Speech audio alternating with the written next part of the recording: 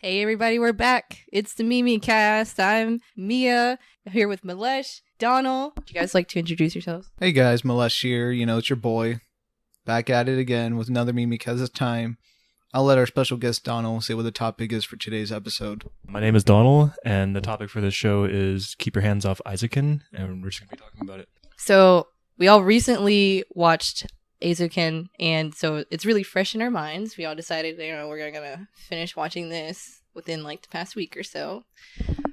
And we all agree that it's really good so far. Not so far.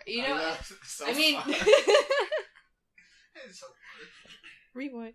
We all agree that it's a really good show, so we wanted to discuss a lot of the characters and themings and. So one thing I want to bring up about this show, one of the reasons I was interested in it is because director Masaki Yuasa did it.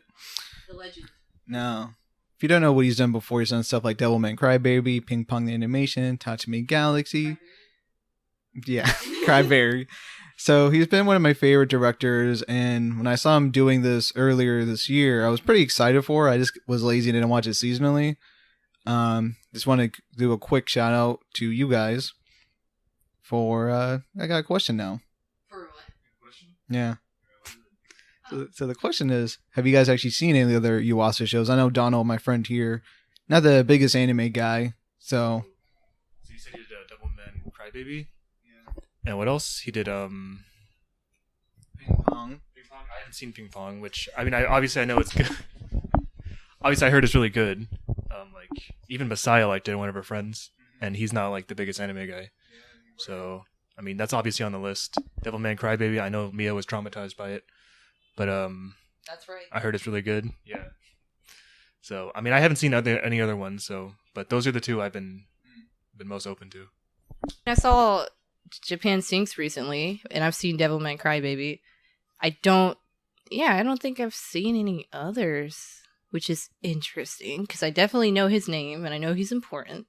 So you'd think I'd, try to watch more, but I think Devilman Crybaby, because that was probably the first one I saw, and I wasn't very fond of that watch through.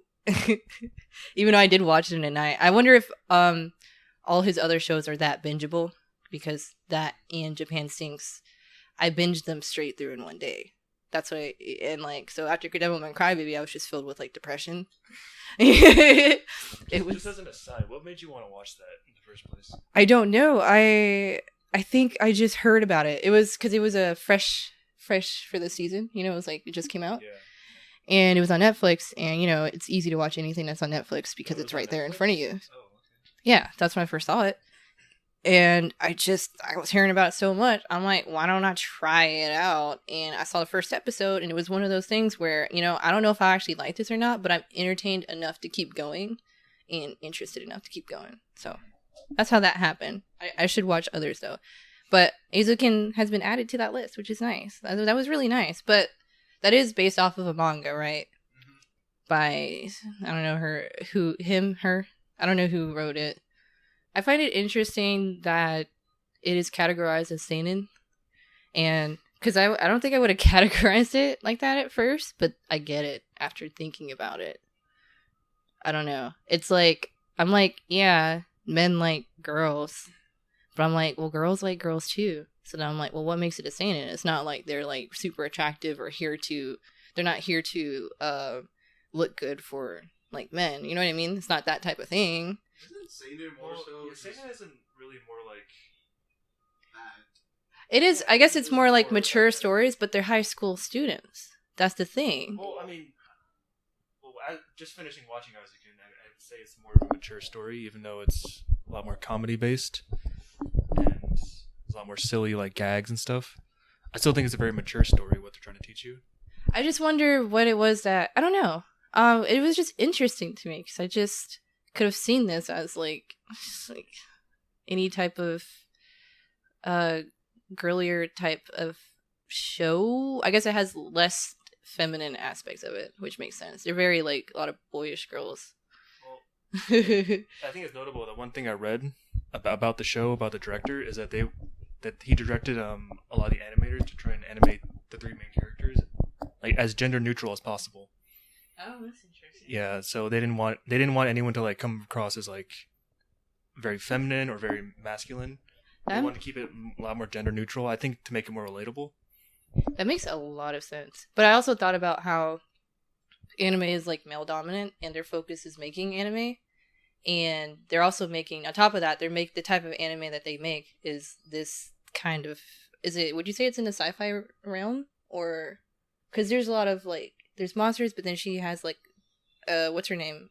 Asakusa, she makes a lot of mechanical inventions. Yeah, and she's more interested in that kind. So when I thought about it that way, I was like, oh, this is making sense. But that was just me kind of like exploring, like, I like thinking about why these shows are put into these categories, you know? Like, what is the thought process behind it? Why do they think this is going to sell towards this audience best? That's what I like thinking about.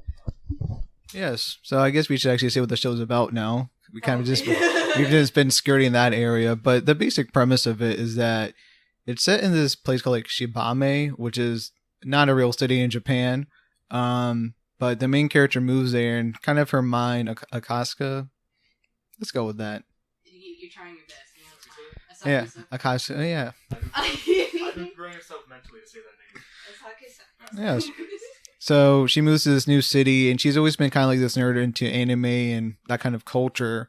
And you kind of see where she learns about just writing down or drawing anything she sees crazy in the city, and that kind of leads her to become really inspired to make storyboards, become really interested in making anime.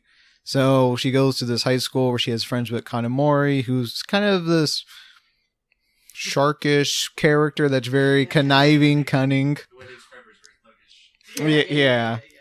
So, very thuggish, as Mr. Donal just said.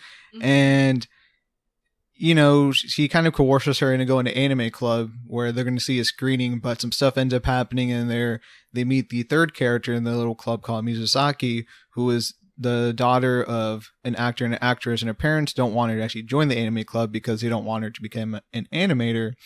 But they kind of make a loophole around this where they form a film club that makes anime. So pretty much Eizouken from there just follows the girls, basically making 3 different anime in the season. And they all kind of do it for various reasons. One, to kind of just showcase their skills. One time they to do it for one of the... Yeah, to get money. And they also do it for a robotics club as well.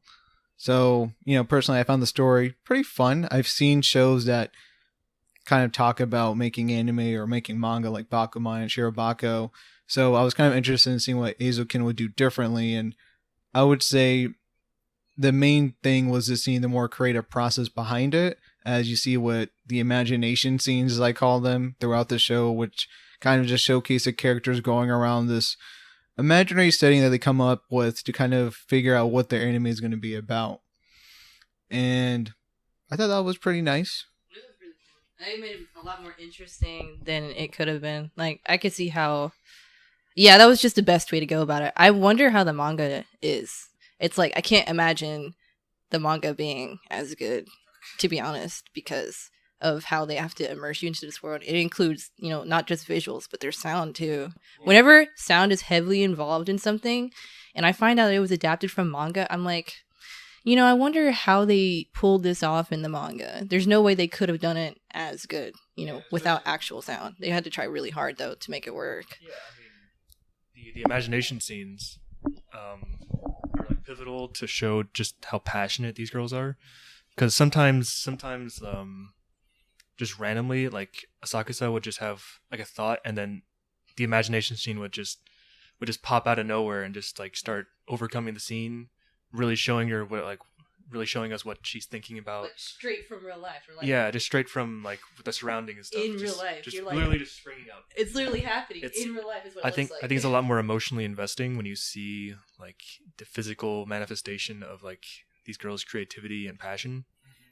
And I'm not saying the manga is bad. Obviously, I haven't read it. I haven't seen anything from it. But I feel like it'd be harder to capture that on a page. I think one of the weirdest things from the manga must be when they actually showcase the anime that they make, because in the anime you obviously can just see it and see like the hardware they put into it, see the animation, see the movements, hear the noises, hear the soundtrack.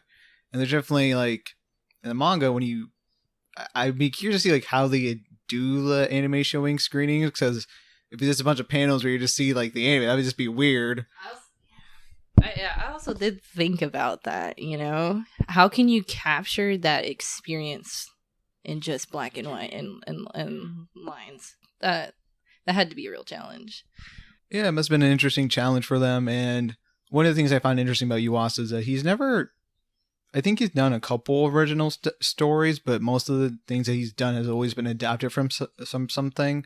Like Japan Sinks was actually a book made in the 80s that he adapted, because it was about like a earthquake in the 80s or earlier, and he adapted it to make it like, okay, what happens if we have an earthquake now in 2020? That makes a lot of sense. Mm-hmm. I feel like it's starting to that kind of makes some of the clips or some of what happens in the show as like I kind of understand how that can come from some old content. So one of the things I found pretty interesting about the story here is that another thing about Yuasa's stories are they usually have pretty conclusive endings. When you watch something like Devilman, Ping Pong, Tatami Galaxy, they all have like very, you can't really see this going another season, or there really isn't much story left. And when Eizouken, it was one of the first times where I was like, man, I just want more of this. And you can kind of tell like there's no conclusive ending for the club. They just keep on going on. Yeah, well, yeah, there is I did like look when I looked up the manga. Yeah, it's still going right now. But I honestly thought I felt pretty satisfied with the ending. How in the anime. Yeah, I was pretty satisfied with the ending too. Yeah. I feel like it left at a good spot. It still left it before it ended, before they could start something new. But it's still, you could tell that they still could come up with new things in the future. So it'd be no problem. It's not like a type of ending where you're like, okay, they can't do anything after that. Obviously it's like they left it where they could still do more things in the future, because there's always room for improvement. They always say that. Yeah, well, the show's like all set on escalation, right? So their first project was just set basically in front of the school council, and then the second project was basically the whole school. Yeah. And then it ends right at the project that shows to the entire town. I think it's good. It's a good ending point, because it shows that they were able to reach the whole town. The whole town obviously liked it or were blown away by it. They respected it, and at the end they confirm that they think they can do better. So after that, you can assume that maybe they would attempt to push to go international, maybe Japan wise. Yeah, I think it's like it's very open ended, but it leaves you like satisfied. Yeah, it's like it felt like they really achieved what they wanted to achieve, even though they still know that they can do more. They met some goals. Yeah, which I think is always pretty fun and enjoyable to see. For me personally, it was like kind of the same thing what me and Donal were saying, where I did like kind of how each project they went on kept on getting more and more grandiose in a way. The scale kept on improving.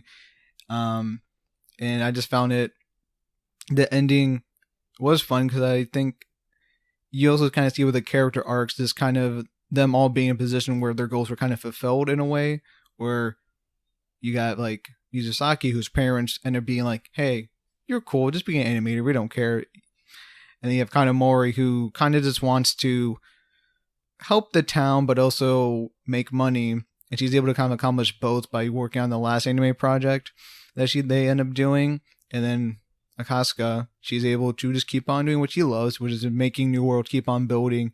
And as you can see, a major theme is also them keep on trying to focus on what they can do better, because none of the girls are really satisfied with how each of the animes they make turn out. They always say, I could have done XYZ thing better. Yeah, which makes sense, because obviously they're so young, they can only go up from there. You're like looking at them and you're like, oh, they're already so good at this stuff, but they can only improve, and they're still kids at the end of the day, so they're not, they don't really have that skill set as developed as it could be, things like that. I mean each of the girls go through their own little special growth, right? They do. Yeah. Asakasa eventually learns how to overcome her neurotic behavior about her projects and learns how to become a better storyboarder and director. That one part when she's going through that block at the beginning, when she's like talking about the laser, she like gets an epiphany about like how to direct the scene. She's like, oh, I don't want to have like a visible laser, but I can direct it in a way where you still feel the impact of the laser, and it still shows it firing. like that's like probably one of her bigger growths Right. is to let go of her her obsessions with like certain like behaviors, but also not completely like letting go of it, but adapting it, Right. adapting it. So I have a question, a very difficult question, and that is, if you can you pick a favorite character? Is there one that you like a little bit more than the others? Because they're all really like great. I'm just wondering, because I definitely have a favorite. Why don't you go first then? Okay. Yeah, my favorite is Mizusaki, for sure. For reasons, a lot of reasons. Like, a lot of it's like I feel like I really relate to her, and that in the animation world, I'd feel like I'd be suited in her same position, and her passion about just solely like animating. But, what about you guys? Either of you know who you like the most off the top of your head? I guess I got two answers. I mean, I think the character I enjoyed watching the most was probably Kanamori. She was she was just the most entertaining. I feel like every scene she was in, she was taking charge. She added to the comedy a lot. She was like basically the straight man in like the comedy duo between Kanamori and Asakusa. She would get them out of a whole bunch of like binds. She was just very like fun to watch because she was basically the manager of the group. Right. So she handled all like the tough decisions and all the advancing and money and financial gains the group got. So it was really her pushing it forward. And I feel like that's just more satisfying to watch. I also feel like that kind of character is like, especially for a girl, is not seen that much in anime. Like, I don't think that's like a popular. Yeah, I don't think she's like the most popular trope out there. Especially for like a woman. Well, she's a girl, but... Yeah, I mean, I enjoyed all three. All three together is what I really like. Just the group in general, the group dynamic. Yeah. But if I had to single out one out, just watching wise, it'd be Kanamori. And the character I feel like I connected the most with just was Asakusa. Just the way she like goes about her ideas and her like observant personality really fit how I could definitely like vouch for that because Donal is a very, even if he doesn't, participate in like actively in drawing like I do, like actively making stuff all the time, he still has a very like creative mind. And I think that's what's cool about Asakusa is that she's so freaking innovative. It's just so impressive. Like, I wish I could do that. She's all over the place, but it works to her advantage. That's how she can come up with these things because her mind is so free to think up of all kinds of stuff. And she's really inspired by her environment, which, she's in a cool environment in this world too. Yeah. So that really helps. I think we should talk about the environment like a little later because I feel like the city they're in is a very important part of the story. Oh, for sure. So. Yeah, I mean, we'll get to that. I do really want to talk about the characters, though, because they were just really good. They're really well-made characters. But who's your favorite, Milish? I want to go with my boy Donal here, saying Kanamori as well. Yeah, like Donal said, like every time she was in a scene, it was just really funny to see her be the straight man and everything, especially during the imagination scenes where she's like, "Can you guys just get back to work? Can you stop thinking of adding things here, please?" That's not how that works. That's not how that works. Or why does it do this? She keeps them honest. Yeah, and I think it makes sense too because when you look at what you need to make an anime, right, you do need producers, and I think she really fits that role exactly as needed.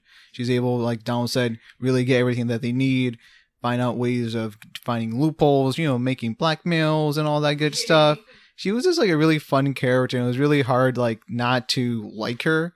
And I thought like her backstory was also like pretty sweet, just seeing how she's trying to do, again, just make money as a kid, but she ends up helping out this store, and she kind of realizes, oh hey, you guys can make more money by staying open and doing these certain things. And then she gets kind of like heartbroken when she realizes the store is going to close because even though her ideas came in, it was too late for them to implement it because the store was already losing money. I thought that was really cool, seeing how that shaped her, and you can see where she does care about the girls and wants the film club to succeed because she wants money, but she also just she kind of realizes the values of having these two people here that are very passionate about making anime.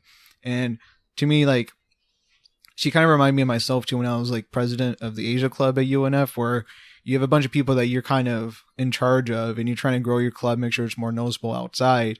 So you have to be the guy that does all of, like, those smaller details, working with the other students, going to the student council, talking to the teachers, and it just reminded me of like kind of ordering some of my executive board members around, telling them to do stuff and trying to get them in order. So I really liked her for that. But as they said beforehand, like the group chemistry is like probably the best part of the show, where is seeing all those characters bounce off the walls and seeing how, Akaska, she's like kind of afraid of Kanamori a lot. You kind of see when they first become friends, she's not really sure if they're friends. And it was fun just kind of seeing the development between the three of them, even with someone like Mizusaki, who gets added later into the fray, but seeing her kind of fit into that mold, be kind of this person that Akaska can bounce off of, and then Kanamori can just be like, all right, guys, let's get back to work here. You can't do all this stuff by your hand. Just do this thing. So I found it to be really fun. As for the other characters, I don't really got any. Kanamori is scary. Like, I wanted to say, I think it's cool how this show kind of shows, I guess, the most important roles that you have to make animation, like, for this to work. This is bare minimum of what you really need to really get this going, to really get somewhere. And Kanamori, you guys were, bringing up the roles, like Kanamori being like the producer or like manager, and Asakusa is the director. And then you have Mizusaki, she's animator. And I think that's really cool that we're kind of seeing the type of personalities that are best suited for this role. Like, they're all perfectly suited for each of their roles. So like Kanamori, her social, like, she has the social skills, she has the wit, the way to handle money. She is so just smart in that way. She's so money smart, just business smart. It's scary. At that age, it is terrifying. She reads everyone. She knows what you're thinking. She knows how to keep Asakusa and Mizusaki on track without making them unhappy. Because you notice whenever she's trying to, get a grip on them, get them to get to work, she's also trying to help them compromise their ideas because they don't always agree. And she knows how to find a happy medium to make it work. She is literally like keeping things together. Like, she's kind of the glue, honestly, because they would probably fall apart without her. They really would be done. It wouldn't have happened. Just like how any project needs a producer. Oh, I also love that she. Sorry, I'll let you talk. I also love that she got Asakusa. Asakusa in the beginning was very definitely in a position that I felt I like heavily resonated with this. She was talking about like. Kanamori was like, why don't you just make an anime? Just do it. You love it so much. And Asakusa had like excuse after excuse. She's like, well, I'm not in the right environment. I don't have like a studio. I don't have this. I can't do that. It's not gonna work. And she's like, just do it. You have the skill to do it. Just do it. I don't care where you are, what you're doing. If that's what you care about, then you should go for it, kind of thing. That's not exactly what she said. She's like really upfront and like blunt about it. In a few words, she gets her point across. But yeah, what did you want to say? No, I mean, if you have more to say, then just keep going. I just want to say. I'm gonna go on about like every character though. So I would just say I particularly like the relationship between Asakusa and Mizusaki, because Asakusa is shown throughout the whole show. She's like an anxiety-ridden just mess. Yeah. She just can't connect with people, and it was really satisfying seeing her interact with Mizusaki because they both share something. They both love anime and they both want to like create it. So it was really fun seeing like throughout the show their relationship develop because they pretty much connected instantly. Yeah. But like after some time, like later in the show, like you'd see them on like the bus. They would like really interact and like almost like friends because they are friends. Yeah. They become friends, it's just like, instantly. Because Asaka is a character. She's really reclusive. She doesn't interact with people a lot. And seeing, I think the particular moment when they're on the train and Asakusa is like sitting right next to Mizusaki, and they're like having a conversation. They're like really close, and that's not usually what you see from Asakusa. It was really heartwarming, you know. And Misasaki, she was barred from doing anime, and you know she probably didn't have like a lot of people to talk to about like the subject. So whenever she's around Asakusa, and every time Asakusa would have like a crazy idea, she would always go along with it. She would always like encourage it. She would always have her own ideas. They were really similar in their own way, you know. Because sometimes when Asakusa would bring up something that she did in her childhood, like look at something or like imagine something on the streets, like something, Misaki would also be like, "Oh, I also did that as a kid too." Right. And you know, they're really connected, you know. And I really enjoyed seeing that. Yeah, definitely. Oh, Asakusa. Yeah, I like that she kind of created like the very base of what they wanted to do, and Mizusaki was able to bounce off of her. They were able to, you know, like Asakusa, in general, she did give out the most ideas. And then, yeah, Asakusa was able to, you know, help her by like, hey, well, you know, you can add this thing, we could turn that into that. And a lot of it was related to animation, since that's her strongest suit, which she prioritizes for sure. Because, so the reason I'll just go ahead and get into it. The reason I really like Mizusaki is because I suck at world building, first of all. And also because she's so passionate about animation to the point where I kind of understand it. I like animation, I think, more than the world building part, and you know, I pay more attention to that stuff more than like the world building of like shows and stuff that I watch. And I definitely experienced that. It's not to her extent, you know. The coolest thing about her is that her being a model and being in the position she is works so well, because you will hear professionals say that art or like drawing and stuff like that is like acting. And so it's very just taken literally in this show, because she literally took her acting classes and learned from them and learned to animate through them, and which I think is really cool. Scenes, right? They're literally physically in there acting out the scenes that they want to do, right? Yeah, because that's part of the creative process. Yeah. That's the thing.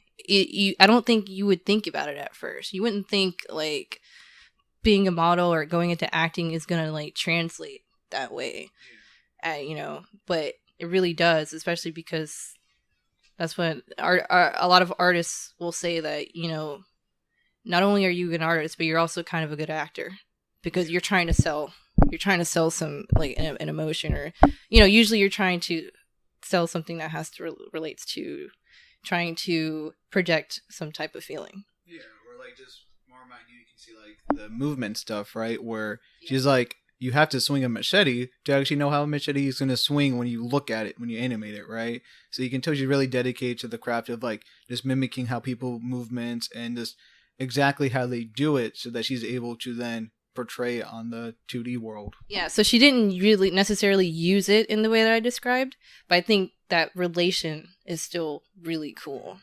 It's like she was born to do that still, even though it seems like she was born into this other set direction. But things, you know, lined up and worked out for her to be, you know, this animator in this situation, which is really cool. It's interesting because they emphasize it more, because as you said, she was in acting classes when she was a kid, right? Mm-hmm. But during that acting class, she would eventually just start like not focusing on the acting, but start watching people. Mm-hmm. So it was literally like a transition from learning acting within an acting class to watching like the basis of how to animate, like watching movements and stuff. Because I mean, all that's still important though for acting. Yeah, it's like regardless of what you're doing with that information, it's like you're still collecting that similar information, and she's just doing different things with it. But yeah, she was. You're right though. She was like, she started to hang back, watch them way more. Yeah. Also, I just want to say Asakusa was like so funny. I all the times that I laughed was definitely because of her. You know that one part. One part where I don't remember what she said to Kanamori, but Kanamori's like, you know what, you're right, and she's like, I won. She's like, wait, what? The way they did it was so funny. She would like roll into a room or some shit. Like, she was so funny. Also, this is kind of random, but I attempted to draw them earlier. I had coffee, so I was like, my brain was in like analyze. It was in like analyze mode, and I was like, something that was really, I wouldn't say bothering me, but it was like nagging at me when watching it. And I was like, these characters are like really cool how they're designed. And I was like, there are these shapes to them. And while watching it, I didn't really have the time to like think too much about it, but it was something that I was just like, it's at the back of my head. And I was like, look at these. They're different. They're different. They're not like these regular cranked out, more cliche type of anime styled characters. And yeah, at the end of the day, you can break them down into like a rectangle, a circle, and I technically, Mizusaki is a diamond, but the most basic form of that is a triangle. So, a triangle. And these shapes have meanings. Are you following me? I'm sorry, I don't want to bore you guys. I feel like I'm getting in that direction, but hold on. I just think it's cool that the rectangle is supposed to be, that's Kanamori. That's her general design shape, right? Yeah. And it's very exactly like her personality, very strong, dependable, confident, that type of thing. And also kind of masculine. And I feel like she could be mistaken for a boy. But you said, Donal said that, you know, they're supposed to have an androgynous feel. Yeah, that's what I read. So that everyone can feel like they can relate easier. At least that's how I think. That's how I interpret it. Yeah. That's usually why you do it. I just thought it was cool. And then you have this like round. She's also the tallest, right? So she is. It's not more of an air of confidence, right? And then like Asagi's, she is this like little. She's literally like a ball, because it literally represents how harmless she is. She literally is like the softest person ever. Mm-hmm. She couldn't hurt anything. And then you have Mizusaki, a little bit more angular, but she's not so angular that she's like a bad person. It's more like a what's that word? Determined type of angular. And I feel like she, at some point, she was the most determined person. There were so many things she really, really wanted to do. But Kanamori had to come in and say, you have to be realistic. We cannot do all these things. You cannot be this detailed with this work. We do not have time for that. You're going to have to make some sacrifices. I think that's one of the big things she's had to learn, is that because of her circumstance, she had limits. And maybe in her upbringing, she's not used to having much limitations. You know what I mean? Yeah, I think another thing about Mizusaki is that she's kind of aloof in a way, where you kind of see like whenever sometimes a joke will happen, she kind of plays this role where she'll just like laugh it off and be like, oh, she like fell down. That's funny. And it's like, I always laughed at those jokes. That kind of reminds me of my own humor. Interesting. And I'm not sure if I know what you're talking about. It's harder to say because I'd actually like show you scenes, but there's plenty of times where like Kanamori or Akaska are doing something where something like whenever Akaska, she gets like hit by the robot. Yeah. She's like just starts laughing at Akaska. She's like, you got hit by a robot. That's funny. And there's like no concern. Like she's like, oh, that's what you mean. Yeah. She's like so carefree. Yeah. Just legitimately entertained by her. Yeah. I think so too. Isn't it everybody? Yeah, because I think, it goes back to Mizusaki being a person that probably didn't have a lot of like friends like the people she's in with now. So she probably is having such a great time being around like-minded people, and she's just having a ball, just like laughing at everything she sees because she just thinks it's all funny. Good point, Smallish. Good point. So, how did you guys feel about some of the only thing I would say, we've been pretty positive so far, so let's bring some bad news in here, guys. Okay. Unless. You start. Well, Okay. In the future, I do eventually want to talk about how. Never mind. Okay, go ahead. So I'm not spoilers. I give this shit like an 8 out of 10. Okay. All right, so just putting that out there in case anyone's wondering. So I don't hate the show. Good. Yeah, I still really like it. The only things I kind of disliked, I found it interesting the student council being sort of the villains of the show, because if you really think about it, they don't really do anything. They keep on saying they're gonna. It's all threats. Yeah. They keep saying stuff, and there's obviously the scene where they tell her you can't make money from the DVD sale, and then there's like the moment where they like, can't, like the art club's like, oh guys, I don't know if we can do this, and then they go see Connemore, she's like, I'll handle it, and then like the next episode everything's okay again, which, you know, I'm not going to complain too much about the show like having this like issues just because it's not a major component of it. I decided it was a little strange when you have all these kind of like villainous kind of characters that are kind of going against what the Eizouken Club is trying to go for, and there really isn't much to do with them because oftentimes all the threats and stuff they do don't really amount to anything. Well, don't you think that's partly because Kanamori was defending them so hard and other people were backing them up, and she was winning the verbal game. You know, she was saying, basically talking about how stupid it was that they had a problem with what they were doing. Yeah. You know? Yeah, like, it makes sense, like, why they were able to get rid of most of the situations. It just kind of felt like if you kind of remove the student council component, the show doesn't change, though, right? Well, I mean, the student council is supposed to represent all the different challenges and animations that you can go through, like securing a budget, getting pushback, getting pushback, maybe stopping like distribution of their product. It's supposed to represent that, right? It's just I don't think there was enough justification for them just be on their back the whole time. I'm not sure exactly what they did to find the ire of pretty much everyone in the school, unless everyone in the school is just kowtowing to the student council, and whatever the student council says, it's like, okay, that's it. That's their enemy number one, which they brought up the issues that they had with them, right? They interrupted the anime screening. They broke school property. That was it, right? You know, yeah, so I guess they did plot their way through a lot of this. Yeah. Because if they really wanted to stop them, they would have been stopped. For sure, right? Yeah, I mean, literally when they were trying to show the Robot Club anime, they send like the police club and everyone trying to just go after Mizusaki because she's breaking the rule because they did like the little having the advertisement fly over the thing, and it's like, yeah, yeah. So I didn't hate, I didn't hate them or anything. I just felt like, and I kind of, you know, your viewpoint down makes sense as to kind of like the obstacles and stuff too.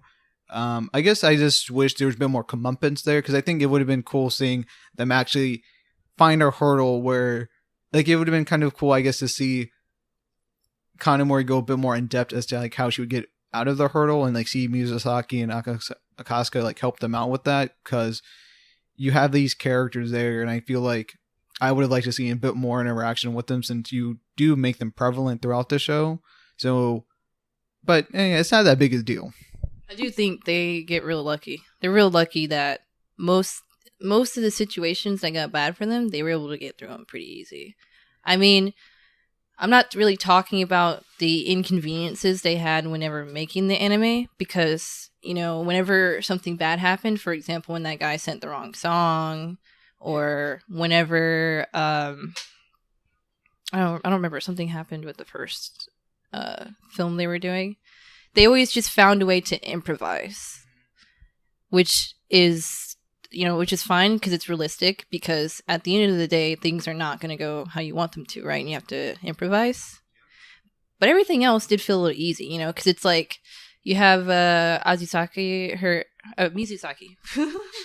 I keep struggling with the names, you know? Everything's actually everything's like, you know, everything's good until I have to get to the names. It's so hard to like let the name slide off. But Mizusaki's parents, it was just so easy. You know, all they had to do was just, they went to the thing, they watched it. Somehow she was able to even present, like, she's like famous and was able to get out of being chased around, and like it was just they're like, you know what, yeah, go ahead, do their amazing. But I guess her mom wasn't ever truly against. She didn't know that the dad made it where she couldn't go to the anime club, so she wasn't aware that she didn't like. They both were totally on board with that, so I think it was a bit easier when they see, oh hey, she's doing her thing. Cool. But I do think if the situations were worse or more difficult, it would increase drama. And I don't think that's the show's really aim to try to put drama in here. It's supposed to be a lot more fun. I think because I think all these issues, because I think one of the biggest themes of the show is letting your work speak for yourself. Every single problem they got out of was because they showed their screening of the anime, and it was like so mind-blowingly good that they're willing to overlook it. I think that's, of course, that's unrealistic. They will still have consequences from before that, but it was supposed to be like their work was just so like inspirational and just so mind-blowingly good that it like eased off the tension of things. So like during the student council like presentation, they were having all these doubts about the club, whether they're actually doing work, like all the trouble they've been through, alleged trouble. And Asaka's had that speech about just let us show it first. So they did, and they were like, all right, damn, that was pretty good. So they approved the budget. Second time around, they did break school rules. They couldn't shoot fireworks. They couldn't what else? They couldn't like do the megaphone thing. And megaphones, yeah, megaphones. They couldn't do that. Technically, that was a robot club, but whatever. they took that. Yeah, but afterwards, like they were able to show the screening of the anime, and they got out. They should still technically be in trouble, right? Well, the robot club. Yeah, they took the fall for it, right? That's right. They got it. Yeah. Kingman Yeah, and regarding the parents, I think I would have liked it a lot less. I think I would have disliked it a lot more. Is if like the parents were like stereotypically like against it. Yeah. Like they're just like not understanding parents. They don't understand like anything. Like, no, you cannot do this. It's just so weird that like the dad went that far to like have people go after her, and then at the end of the day he's like, you know what, it's fine. But it just seemed a bit much for him to do that. They did set it up where the dad said, I did it for like the mom. The mom, yeah, I did it for the mom, and the mom approved. She was like, dang, that was really good. And they're like, it's sort of acting in a way. It's sort of pushing that more. It's pushing that again. So I guess dad was like, all right, I mean, if she approves, then I guess it's fine. Yeah. But yeah, maybe it could have been handled better. I don't I'm know. not sure. That definitely is like, I'm cherry picking. I don't think it's that big a deal, but I was trying to like kind of explore like, some what ifs. I expected it to be worse. I expected, like earlier when I said like, so obviously they brought up the parents not liking it for a reason. It's gonna be brought back later in the show. Yeah. I thought it was gonna be worse. I thought the parents would be like, no, you can't do this. Take it out. Yeah. And that would be like the drama. It'd be like the drama of the show. I also thought it would be worse, yeah. Yeah, because I always thought, like, she's always drawing in her room, like, secretly. And, like, the one time, like, the parents see her, she's not the room and stuff. I'm just like, shit, bro. And then, oh, okay. So, I guess they subverted our expectations, which isn't too bad, huh? I did feel a little tense during that whole part because of the whole parent. No, they built it up to feel a bit scary. You were supposed to kind of be afraid and be worried about what was going to happen. I was like, what is going to happen? Because we don't know a lot about the parents. All we know is that they don't like it. They could change their minds, or they could just be like, they could double down and be like, you can't do this anymore. Yeah, you just didn't know which way direction and it was going to go in. They set up the relationship between three pretty good up to that point. So it's like, if they took Mizusaki out of the equation, it would be a blow. I'd be like, dang. Yeah, we might have had to see like a Mizusaki retrieval arc. Yeah, Yeah, so kind of beyond that, like everything else about the show though I liked, and then the ending I liked too. It was satisfying, but also like I just want more of this because I was just really excited to see them keep on making more shows. And from what I've heard, the manga, they've adapted a lot of it. I think most of Yuasa works that you usually finish by the time he's producing them. So it's one of the first times he's doing something that's ongoing.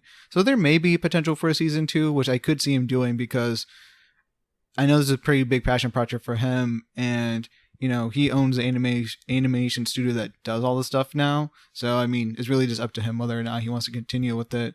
But, we'll see. And here you go, Mia. Yeah, I think I wanted to say overall, I think this is a really good show I think it's a bit educational, unintentionally, because even if it's not a true story, it's still based in real life, based off of what happens in real life as far as developing the anime and things go. And I think this could provide insight to others who are interested in this animation field and really kind of show you, hey, this is what it takes, okay? This is like this is kind of a bare bones. This is what has to happen, and this is what you need to have happen, and you know what types of processes you're going to go through, what types of mishaps you're going to have to deal with. There's definitely different problems because they're high schoolers, so they have like the school's rules and things to worry about. And I mean, this is in Japan, so this won't necessarily carry over to like other places. But you know, it's like those staying up late at night, and you see them working so hard for like what 10 minutes, 5 minutes. You know, Yeah, it doesn't romanticize the process. It definitely doesn't. I like that it doesn't. I like that it's so realistic. Yeah, it's a little bit, but and on top of that, you know, these kids are not like average. These are not average people. These are like they're already really good at drawing and stuff like that. So I think it really kind of shows what it takes, and you know, I think it kind of nips a little bit at people that do romanticize about this type of thing. You know, stuff is serious, and you have to be committed if you want to do this. You know, and like the ideas, if you don't have that idea person, like you're gonna have a hard time. Yeah, I liked Mizusaki for that because she understood what she was getting herself into. Yeah, she understood what she was getting herself into. She knew there would be long hours. She was prepared for it. Yeah.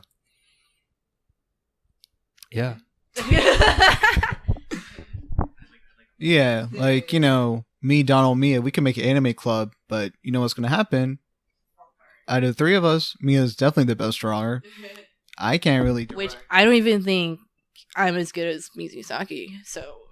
Yeah, so I definitely like kind of just seeing, you know, also just like with anime club too, like, you know, coming from the American perspective, when you think of anime club in a college or high school, you kind of just think of a go in there, watch anime kind of thing. You're not actually making it. So I thought that was actually kind of cool. Like, I wonder if in Japanese high schools, I wonder if like anime clubs there are more common to actually make it or not. But I just thought that was pretty neat. So let's get into, Mia? Wait. Yeah, I just want to say, Mia forgot. because it just occurred to me also, though, they did have these really horrible deadlines, which is probably accurate more to if you're professionally in the business versus if it's just you and some friends and you guys are doing it as a passion project. You probably have all the time in the world. But they did actually have a plan to actually make money from this. So they did try to, you know, enter it in, or use it. Huh? At least Kanamori did.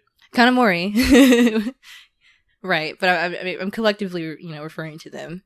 You know, they had to try to promote their stuff, so they did have to like have a deadline to, you know, do that. But I'm just saying, though, maybe it would be a little bit easier if they didn't have the deadline.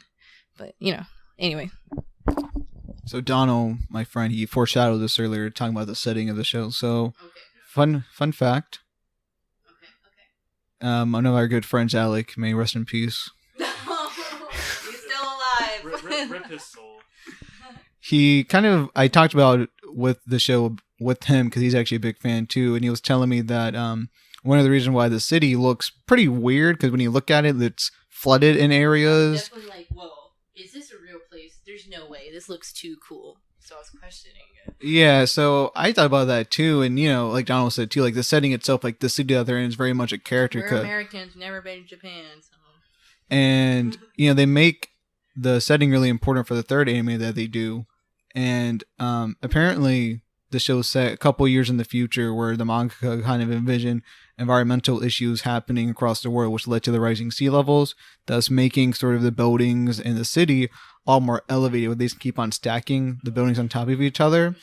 And that's kind of why in the scene where they're kind of hunting for noises, you see like when they see the freeway that's flooded, they're like, this used to be a road because it used to be that way. That makes a lot of sense. Yeah. It's like you're like, huh? Yeah. Get it. And another thing, like one of the things I noticed too about the show is like there's a lot of diverse characters in there. Mm-hmm. Which, you know, one thing I do know about Japan is that it's pretty homogenous. Right. And Like, this is a Japanese school, isn't it? I'm like, why are there so many like other ethnic groups in here? I'm like, wait, what?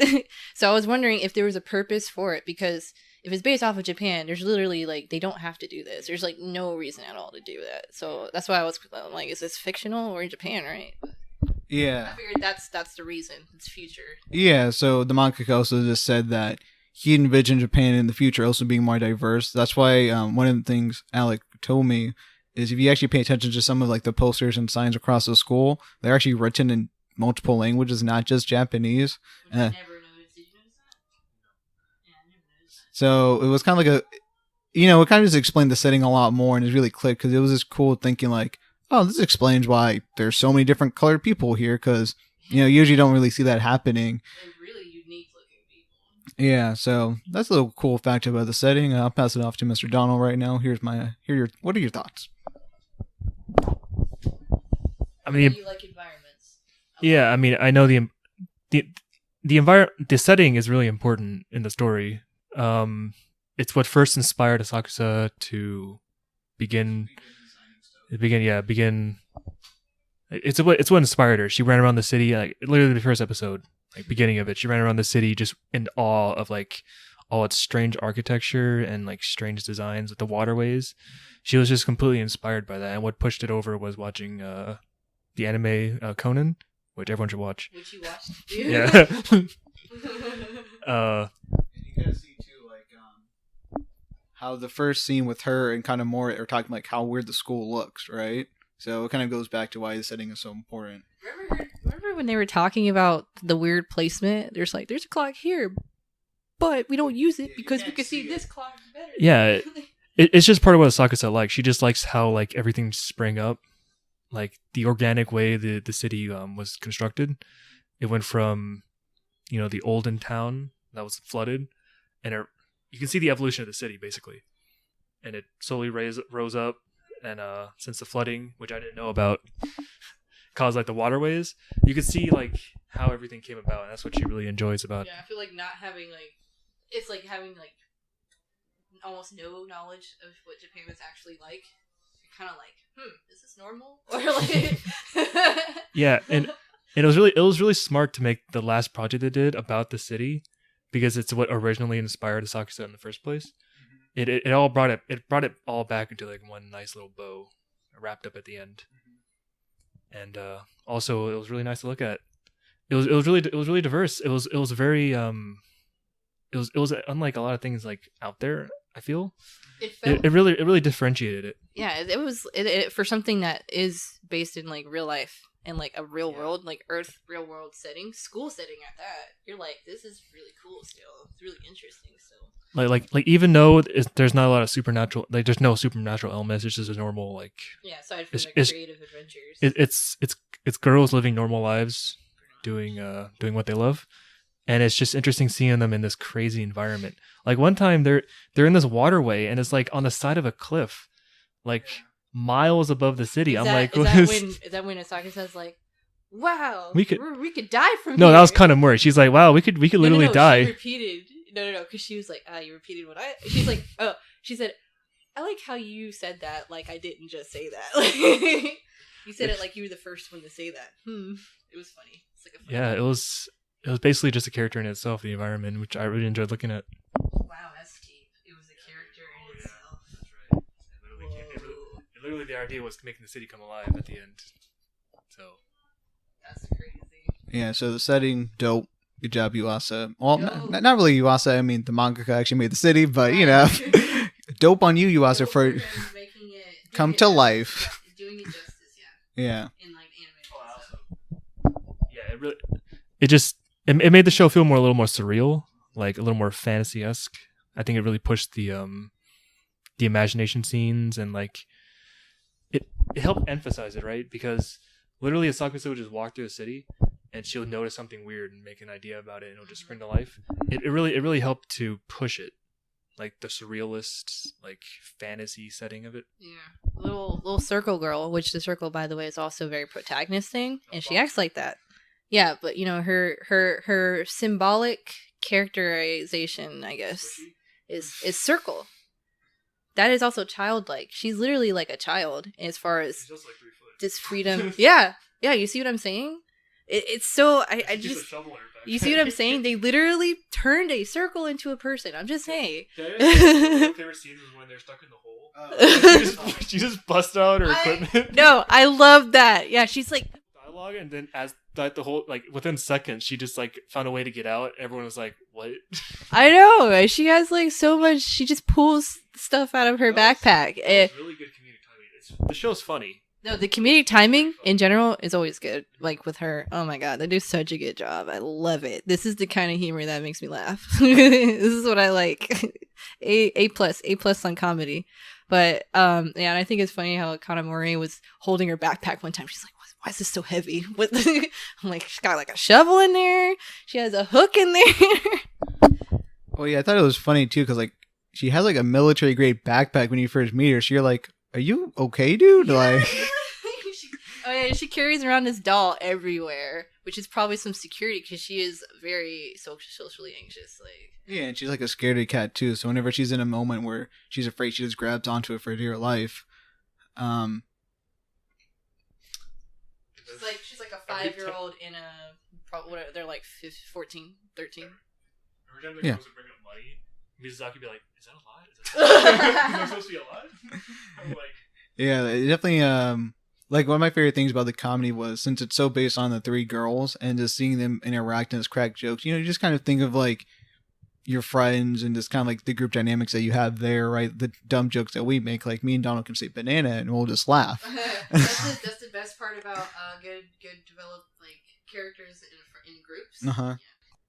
Yeah, so a couple of like one of my favorite scenes, I guess we can talk about that. I think for me, my favorite moments were always like I liked seeing like the backstory kind of half of an episode, like Mizusaki or Kanamori's, and then you usually kind of see the resolution to the next episode, which I always really enjoyed.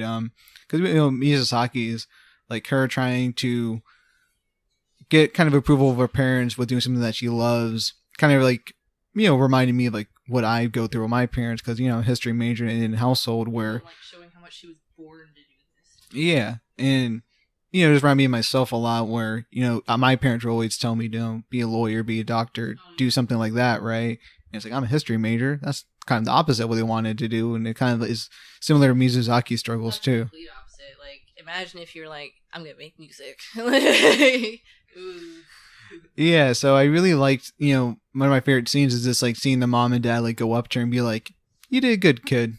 We definitely saw like you express yourself in that anime with how the characters hold their chopsticks and all that kind of stuff, which was this very sweet moment. And the same thing with Kanamori's backstory, I thought was really fun and enjoyable. And those are kind of like my favorite scenes because those were definitely the most character scenes where you kind of see their growth and to see them sort of get over one of the hurdles that they had going for them. Yeah, I also really liked these flashbacks, and I feel like they were put at the perfect time. It was never like flashback. Why? Like, it was always at like the best time to have each and everyone's flashback, and it wasn't right after another. And I guess Asakusa. You taught me the name. God damn. What you say before? You know what I can pronounce? Midori. I know. You taught me how to say it. I'm getting fatigued with these names. I'm not gonna lie. Mizusaki and Kanamori are easy. They are. Asakusa. Okay. Rewind. I guess Asakusa's backstory was her becoming friends with Kanamori, right? Because we did see already her in the beginning.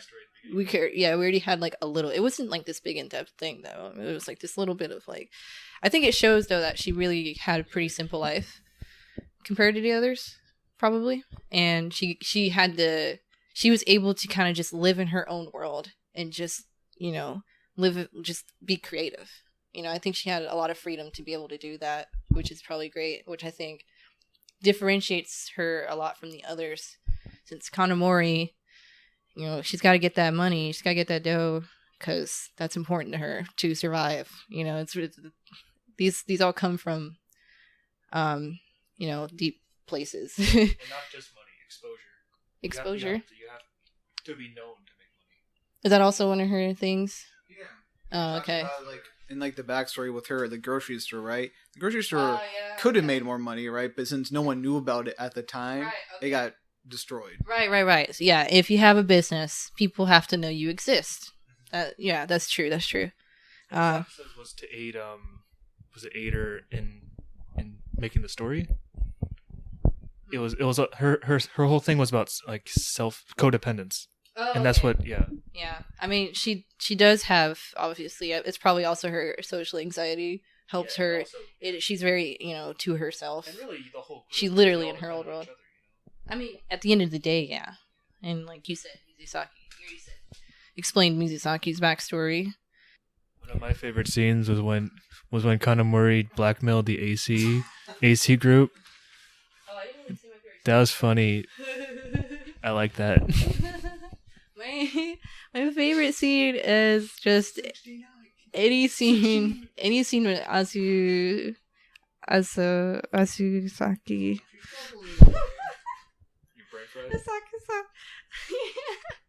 My favorite scene is any scene with Asakusa basically being like done.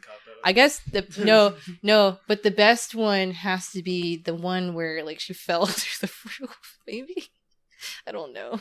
Either that one or the one in the hole that you mentioned earlier. It's one of those two. That's probably one of the funniest. That was so funny. Don't you like all the parts where she rolls in the frame? She's like, yes, but I feel like she did that a few times. I don't know, but So now that we got the scenes out the way, one of the cool things about this anime too is that you also actually composed the music tracks for it. really, he is a composer. I did really like the music. Yes, I don't know how to describe it, but it fit so well, and I'm like, how does it fit so well? This is weird. I can't remember it, but I liked it. Yeah, and I really liked it too. My complaint that I had with it, and one of our other group mutuals, Otto, also had this complaint was the song that plays in the imagination scenes. Oh, that wears on me. Let's go. Yeah, because one of my big complaints about the imagination. Otto's big complaints? Are you serious? Yeah, because I was thinking about that, and me and Otto were in a voice call, and I asked him, "So, how did you feel about the music?" Because I kind of wanted to see if he had the same issue, and he's like, "I really like the soundtrack, but the imagination scene is like, I'm not stupid here, but the imagination scene music is fine when I first heard it, but since you hear like literally every episode and you know when it's gonna play, you just kind of be like, oh, it's episode 5, and this same thing. Oh, okay. So, do you think you could can you play it in your head right now? Like, right? Okay, so been like a week, right? That's just me. I'm sure other people could. No, because for me, I cannot tell you what that sounded like because I do not remember because I think it's so forgettable for that specific song. I think it was pretty forgettable. But if you heard it though, I think instantly you would know. Oh, this is for sure. But what I'm getting at is, I do think that might be why I started to sometimes they were starting to lose me during these imagination scenes, because I was like, I'm starting to feel a little bit bored. I'm like, because it is a lot of explaining, because they're explaining their ideas, and they go into detail about mechanical things that I can't say I'm crazy about. I'm like, that's cool that you made this thing that does this thing, but I'd rather see it in action and understand it that way. And I don't think the music helped me in trying to, pay attention to all that, because it definitely just, I don't know. It blended in too well. I don't know. It's not like music's the only thing that plays during the scenes. They talk. They also talk during the scene. I think it's easy to tune out. Yeah, it's just too easy to tune out. I don't know. I do like the little sound effects though. Those are funny. The opening is pretty unique, I would say. It's great. There's so much personality. Oh, and fun fact, in the opening, you can see there's a scene and all of their shapes are behind each other. So you see Kanamori, there's squares. I'm not even kidding. It's like right there. And I was like, I'm so stupid. I'm like, how did I not see this? This is basic stuff, but it's just art nerd stuff. So I'm sorry. You can also say that the ending is also really good. Yes, you can say that. It's really good. I don't remember. I'm trying to remember. Yeah, I liked. I was staring at you because I couldn't remember how it sounded. And how it was more of like a rock song. And the opening was kind of like an eccentric hip hop song, pop song. The opening stood out. The ending, I think, was more like what you expect. I wasn't. it wasn't something I expected from this show, but I think it really, Interesting. I think especially with the visuals, I think it really fit like what the show is going for. You know, I don't know. I just No, it's matching. It's good. I'm not saying it's not really good. something I can explain. It's just I felt like it worked for the show, and I just really liked it. I just feel like I can speak more on the opening. Would you say the opening hit different?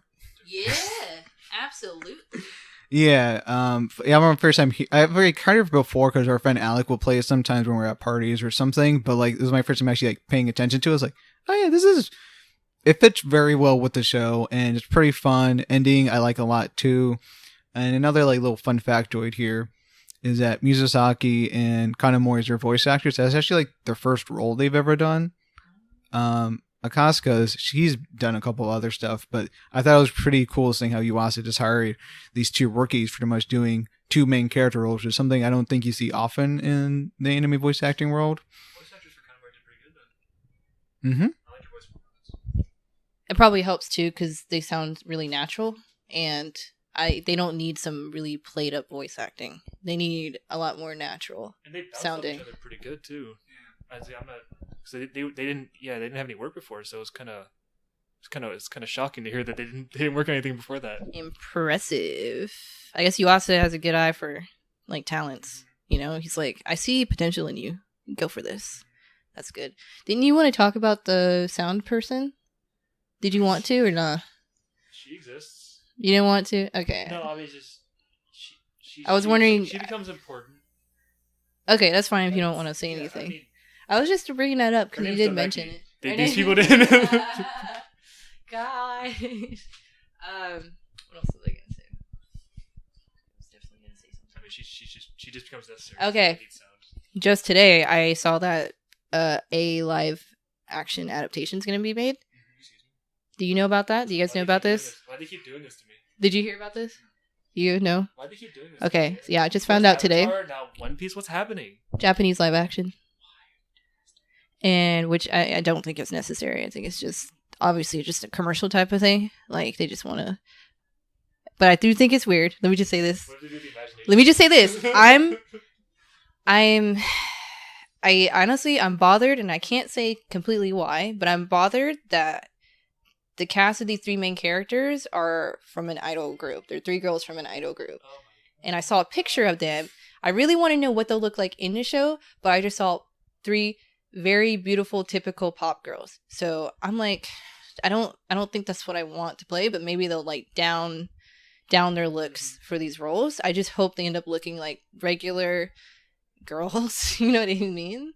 But I understand that brings more attention to what they're making when you have famous people. Seems like it goes against the spirit of the show. Yeah, it bothered me. I was like, I don't like that, but Yeah, that's actually kind of funny because now we can actually argue who is the hottest girl in the show because there's a live action adaptation. I guess like, you know, Japan does live action stuff. Usually they're not great. So I've heard. Yeah. So I think with Eizouken, maybe it's, you know, it could be like, you know, if it's done well, which I don't think it's impossible to do well, since the story is relatively, I don't know how the city will be because I don't know how you find a setting like that in real life because it doesn't exist in real life. They might be biting off more than they. And it's also like, did you know if it was going to be a movie or an actual like TV show? I don't remember. I think it was a movie, but don't quote me on it. Yeah, because if it's a film, I guess you would just do the first anime, but Keep talking. yeah, maybe it's just like, again, like one of my favorite themes about the show was just kind of the imagination in general and what it takes for people to curate these works. And, you know, there's like an appreciation for it where you really are like, wow, like you kind of want to like get your own creative juices flowing a bit when you watch something like this. And I think it's supposed to be sort of inspiring in that way. And Yuasa, I think, is kind of really trying to showcase, you know, there's a lot of like, you know, problems in the anime community and the anime production standpoint, but you know the people that work here are really passionate about their things, and that it's an industry that, you know, there's a lot of tender love and care kind of going into it with the care, like the people that make it. I'm sure the animators that worked on this show it was like sort of like a passion project for them, because even before I knew this was a manga, I thought this was literally like a passion project for the director. I did for too. like like these are like some ideas that he had, or that they had, and they like submitted ideas into like, I don't know, like everything. They like drew it out, and they just wanted to animate. They just want to show their love for this medium. But yeah, I feel like even knowing it's a manga, it still feels that way. By the way, yes, it's a film. Oh. Yeah, I do hope though, I'm sure for some fans that they feel like, you're really I know a lot of people because they tell me, they're like, "Oh, you're good at drawing. I wish I could do that," right? But shouldn't feel bad about not feeling like you can do it.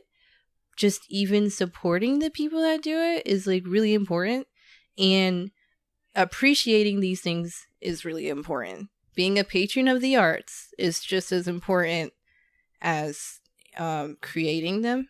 So I just wanted to throw that out there because this was just focused on creating. And there was like a guy who was like, "Oh, I'm a big anime fan, you guys are really awesome. It'd be cool if you like there's this idea that'd be really cool." And they're like, "Oh yeah, we could use this," which is cool because he ended up contributing by doing that. So I'm just saying, I just want to emphasize, be a patron of the arts. It's important. Please. I guess we'll just do our final thoughts now. Yeah. So overall, keep your hands off Eizouken, one of my favorite Yuasa works.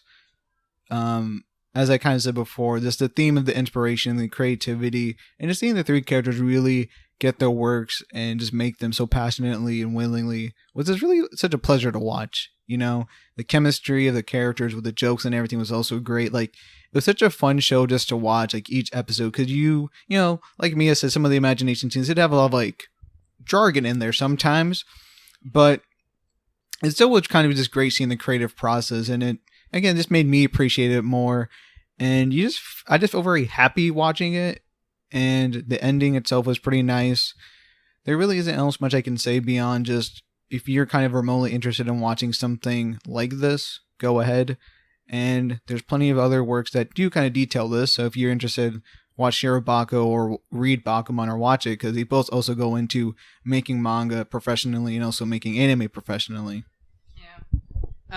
I do think, if you like anime at all, go for it, because you should be able to appreciate this. In fact, I think you could appreciate anime more after watching this.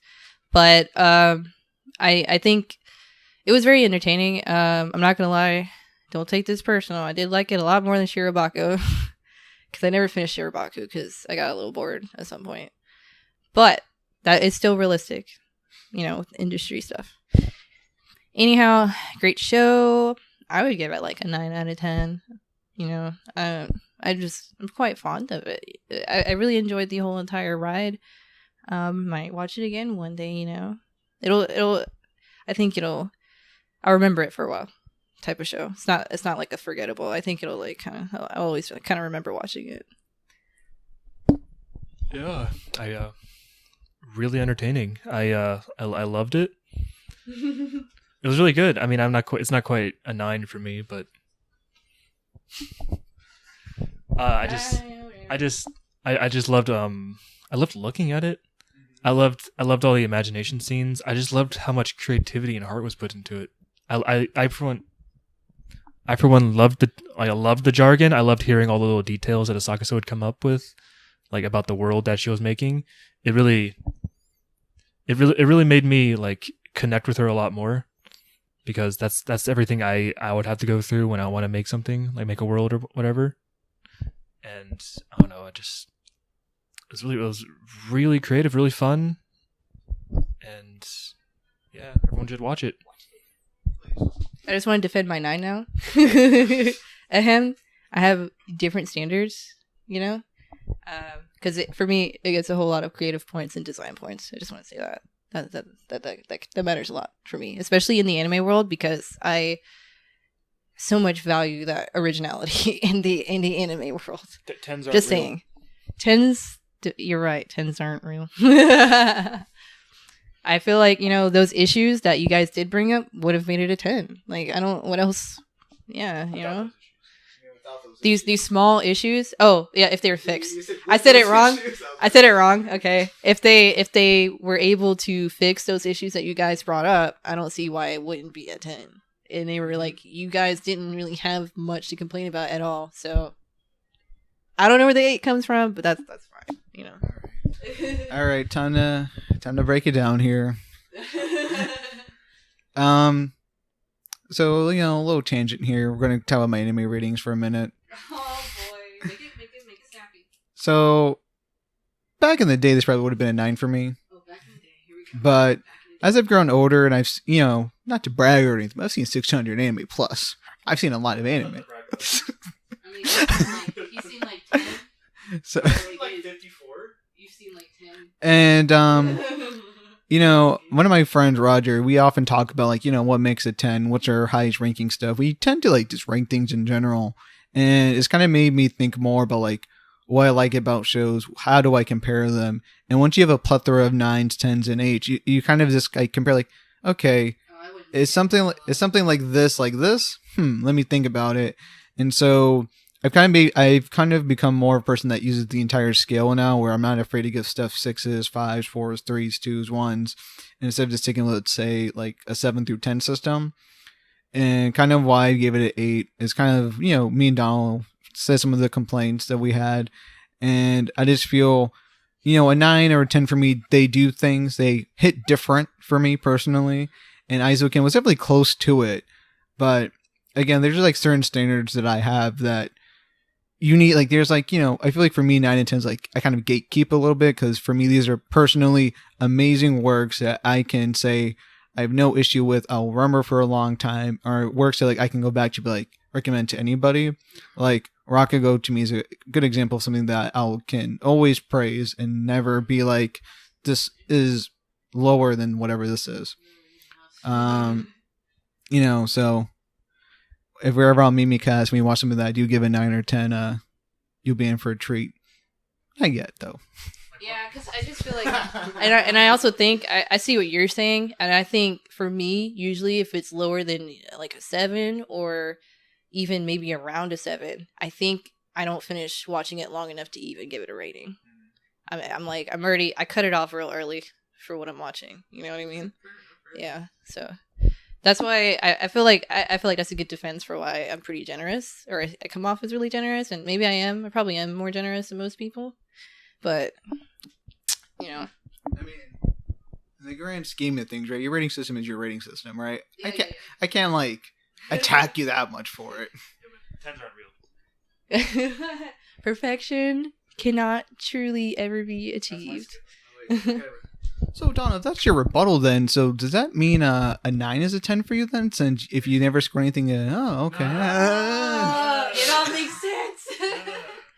So a 10 for me is something that's perfect without if there is a flaw, it's like this little, like not barely even noticeable. Almost perfect. Pretty much perfect to almost perfect. I don't. All right then.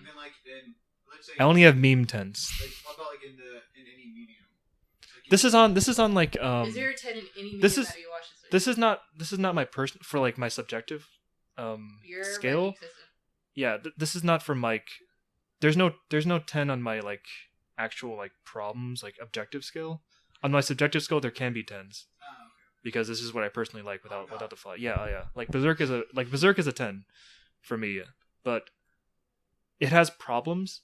So, and even like not even small problems. There's problems. Oh. So it's a 9 for me. 9 is like the highest score I'd give something on that, because I don't believe in a perfect piece of work. Oh. So a 9 would be my highest score on that scale. Well, I feel like the subjective thing is like a rare. I feel like there's always those couple of anime, like Malesh was saying, the ones that you would vouch for always, like Rakugo. And those are the ones that you just give it that good rating because you're like, I love this stuff. I'm not gonna give it lower. Like, That's fine. So when I see a 10 on someone else's scale, but I feel like I don't completely go like you're wrong. Yeah, you don't. I would think most of it should. Unless it's Eric. I would feel like most of it would be like objective though. Isn't that what you want, At least achieve? they're trying to be, but most people when they It's really hard to just be purely objective. most people when they're just casually rating something, they usually more go off how they felt about it instead of like. Yeah, because Usually art. if it's like egregiously bad, they'll be like, okay, there's. Because a lot of times, art is out there too. Yeah. You're supposed to feel something. Yeah, kind of going to this 10 debate that we're having right now. I find it interesting because, I think Donald's right where 10s in theory, should always be like something that you don't see any major flaws in. As much as like I give One Piece a 10, but like obviously there's like flaws to it, right? And even something like Rocco, there's still flaws to it. I guess for me, it just comes down to I just like kind of rewarding shows that I genuinely love that much, like One Piece or Rakugo, like giving it that honor because, you know, even though there are problems with it, I think ultimately the good outweighs the bad so much so where to me it's like, it's kind of like a baseline where it's like, okay, if these problems exist, right? But do they make it like that much lower than whatever score? And that's kind of why I think I give 10s out. But again, you know, respect to Donal. He can have your opinion about it. Yeah, and there's nothing wrong with that unless. But, you know, again, like I said before, your rating system is your rating system. And a 10 is your 10. If you want to, you know, give it out, you can be like my friend Eric, giving 50 shows a 10. Or you could be like our friend Roger, who has like 3 shows a 10. So I would say, I think that's about it for our Eizouken discussion because we never talked about what 10s are now. I'm signing off. I'm going to give it to my other cohorts now so they can sign off. All right. This is Mia signing off from the Mimi podcast. All right, I'm Donal. It was great to be here, and I'm out of here. We'll see you next time. Goodbye.